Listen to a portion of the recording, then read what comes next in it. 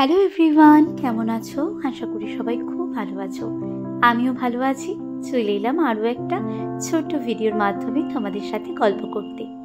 আজ ভাবলাম অনেক দিন হলো তো ওই বিছানা চাদর পেতেছি, তোমরাও বলেছো দিদি এবার একটা অন্য বিছানা চাদর পাতবে, তাই তোমাদের কথা রাখতে চলে এসেছি আমি আজকে নতুন একটা বিছানা চাদর পাতবো বলে।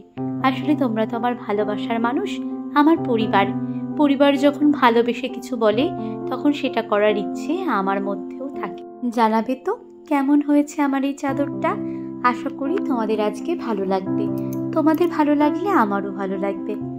আচ্ছা, এবার একটু গল্প করি। জানো, যখন এই খালি ঘরটা দেখেছিলাম, মাথায় না একটা ছবি এঁকেছিলাম ঠিক এরকম ভাবেই সাজাবো। এখনো কিন্তু সেই ছবির মতন করে সাজিয়ে উঠতে পারিনি, তার জন্য কিছু জিনিস হয়তো আমাকে এখনো কিনতে হবে। একটা একটা করে সময় করে সবগুলোই কিনে নেব। কিছু চাদরের কালেকশন, কিছু ঘর গোছানো আইটেম, সমস্ত কিছু কিনবো। আস্তে আস্তে তোমাদেরকে আরো সুন্দর সুন্দর ভিডিও দেব।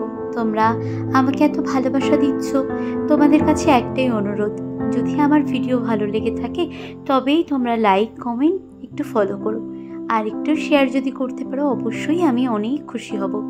বারান্দাটাও না অনেক দিন একটু ফাঁকা ফাঁকা ছিল, ভাবলাম চলো কিছু একটু করা যাক। এই কিছু একটু করতে গিয়ে না এইটা আবিষ্কার করলাম। জানি না ক্যামেরাতে কেমন এসেছে, কিন্তু সামনে থেকে প্রত্যেকেই বলেছে খুব সুন্দর হয়েছে, আমারও বেশ ভালো লাগছে।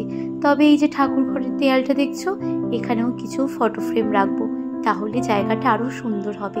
আমার না খুব ইচ্ছে একটা কফি কর্নার করার।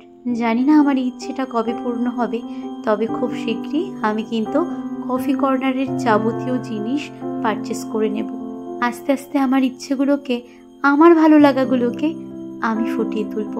জানো তো, ভালো লাগাকে কখনো কারোর জন্য টেকেন ফর গ্রান্টেড করো না। একদিন পেছন ফিরে দেখবে কেউ তোমার সাথে নেই, তোমার ভালো লাগাগুলোকেও তোমার সাথে রাখতে দেয়নি।